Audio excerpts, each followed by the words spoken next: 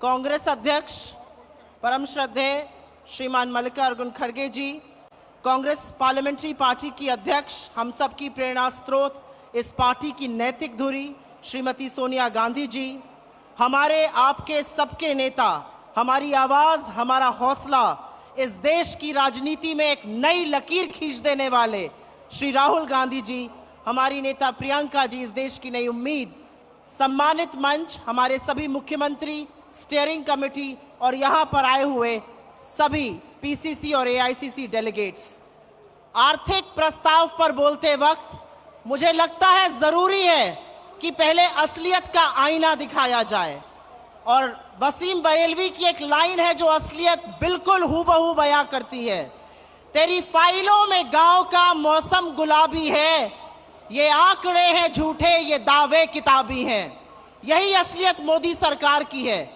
और आज जब हमारा 25वां महाधिवेशन हो रहा है, इस महाधिवेशन के वक्त ये देश बेरोजगारी से, महंगाई से, आर्थिक असमानता से, भूखमरी से, कुपोषण से, बढ़ती हुई गरीबी से और अडानी के एक बड़े स्कैम से जूझ रहा है, जिस पर इस सरकार की चुप्पी बरकरार है। और इसीलिए हमारा जो रेजोल्यूशन है, हमारा जो प्रस्ताव है, वो इस सबको छूता है। मोदी सरकार से बेरोजगारी की बात करो तो कहते हैं पकौड़ा तल लो, पर पकौड़ा तलने वाला तेल आपने 90 से 220 कर दिया और आटे पर भी जीएसटी लगा दिया। पकौड़ा तले तो तले कैसे? महंगाई की बात करो तो इस देश की वित्त मंत्री कहती है मैं तो लहसुन प्याज नहीं खाती, बाकी देश खाता है। बाकी देश की महंगाई से आपने लगातार कमर तोड़ी है। और इसीलिए जो हमारा इकोनॉमिक रेजोल्यूशन है, जो आर्थिक प्रस्ताव है, वो भारत जोड़ो यात्रा से जुड़ा हुआ है।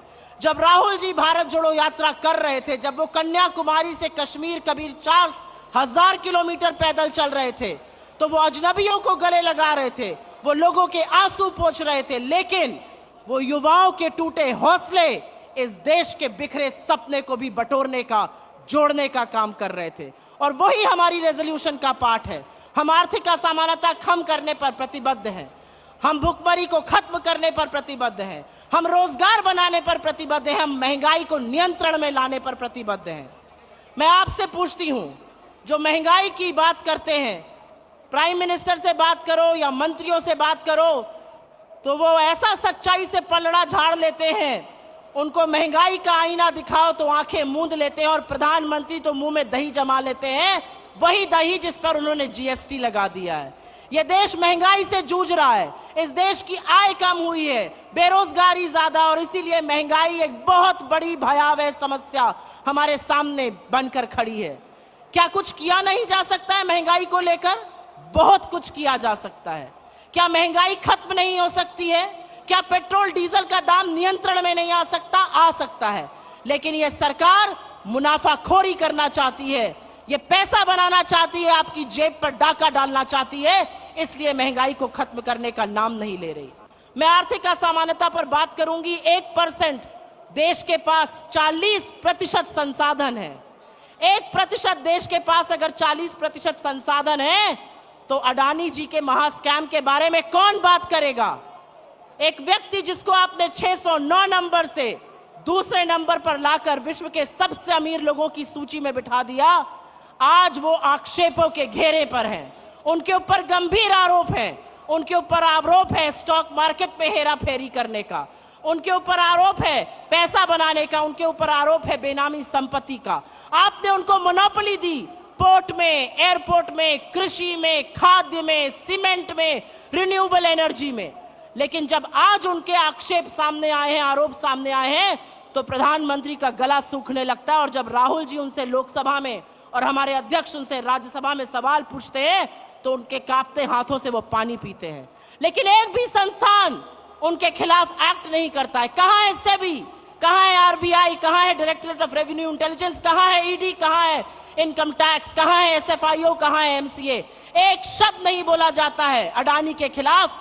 दुनिया भर के संस्थान, दुनिया भर के मार्केट्स, दुनिया भर के बैंक उनके खिलाफ एक्शन ले रहे हैं, लेकिन हमारे देश में उनके खिलाफ एक्शन नहीं लिया जाएगा। और मैं उत्तर प्रदेश से आती हूं और वहां पर एक लाइन है, जब सैया भय कोतवाल तो डर काहे का। और यही असलियत है। एक व्यक्ति एक्शन लेने को तैयार नहीं है। डाउ जोन्स और S&P एक्शन ले रहा है, स्टैंडर्ड चार्टर्ड एक्शन ले रहा है, क्रेडिट स्विस एक्शन ले रहा है, सिटी बैंक एक्शन ले रहा है, यूके का रेगुलेटर एक्शन ले रहा है, लेकिन हम एक्शन लेने को तैयार नहीं है। और इसका खामियाजा ये देश भुगत रहा है। जब आप एक कारोबारी को लेकर दुनिया भर में घूमते हैं और उनका व्यवसाय बढ़ाने की कोशिश करते हैं, तो आप बेरोजगारी पर, महंगाई पर, बढ़ती गरीबी पर, आर्थिक असमानता पर बोलने का ना हौसला रखते हैं, ना बोलने की नैतिकता रखते हैं। बहुत लंबी बात नहीं करनी है।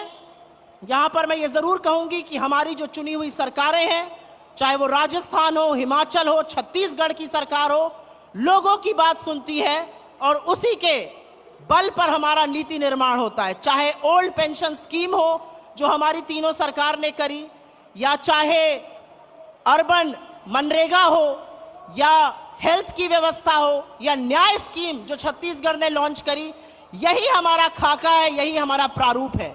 यूपीए की सरकार ने 2004 से 14 के बीच में 27 करोड़ लोगों को गरीबी की सीमा रेखा से निकाला था और 23 करोड़ लोगों को गरीबी की सीमा रेखा के नीचे वापस ढकेलने का काम मोदी सरकार ने किया है। तो मैं अंत में सिर्फ इतना कहूंगी कि 1991 में एक बहुत बड़ा परिवर्तन हुआ था, इकोनॉमिक लिबरलाइजेशन हुआ था इस देश में, और आज वक्त आ गया एक नई सोच का, एक नई आशा का, एक नई उम्मीद का, जो भारत जोड़ो से जग रही है, जो कांग्रेस के इस मंच से जग रही है, जो हमारे नेताओं से जग रही है। युवाओं को रोजगार देना हमारा परम कर्तव्य है। और अगर आप मुझसे पूछिए कि नंबर 1 टू नंबर 10 क्या प्राथमिकता होनी चाहिए सरकार की, तो रोजगार, रोजगार, रोजगार और महंगाई को खत्म करना होना चाहिए। युवाओं की बात करना इसलिए जरूरी है क्योंकि कहते हैं तलवारों की धारों पर इतिहास हमेशा बनता है, जिस ओर जवानी मुड़ती है उस ओर जमाना मुड़ता है। इसीलिए युवाओं की बात करनी जरूरी है, महिलाओं की बात करनी जरूरी है, खेतिहर मजदूर की बात करनी जरूरी है, किसान की बात करनी जरूरी है, और उसी का खाका हमारा इकोनॉमिक रेजोल्यूशन तैयार करता है। हम प्रतिबद्ध हैं सबको, और हम आशा और विश्वास करते हैं कि जनता हमारा साथ देगी और हम जो करना चाहते हैं जनता के लिए वो जरूर करेंगे। इन सब बातों को ध्यान में रखते हुए मैं आपसे हाथ जोड़ के विनम्रता से निवेदन करती हूं कि कमलनाथ जी की अध्यक्षता में जो आर्थिक प्रस्ताव यहां पे रखा गया उसका हाथ उठाकर अनुमोदन करने का कष्ट करें।